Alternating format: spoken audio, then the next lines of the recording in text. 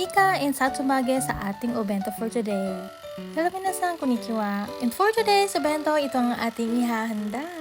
Ika balls or tinatawag na squid balls. At meron tayong Satsumage na meron siyang mga beans.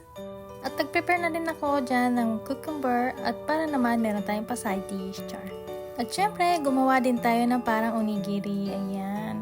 O diba, simple lang ang ating obento for today. At pagkatapos, nilagyan ko na rin ng dressing ng ating salad. O diba? Para ready to eat na. Sa pipino, hinugasan ko lang at nilagyan ko lang siya ng asin. Simple at madali lang i-prepare ang ating obento ngayon sa araw ng Wednesday. At pag tinatamad kayo at wala kayong maisip kung anong i-obento nyo, pwede din pasosobrahan ang pagluto ng ulam sa gabi. At pagkatapos, ibubukod lang at ilalagay natin sa obento sa kinabukasan. At ayan, hindi na tayo gaho sa paggawa ng obento. So, paano yan? Bukas na lang ulit. Samahan niyo ulit ako sa paggawa ng ating obento.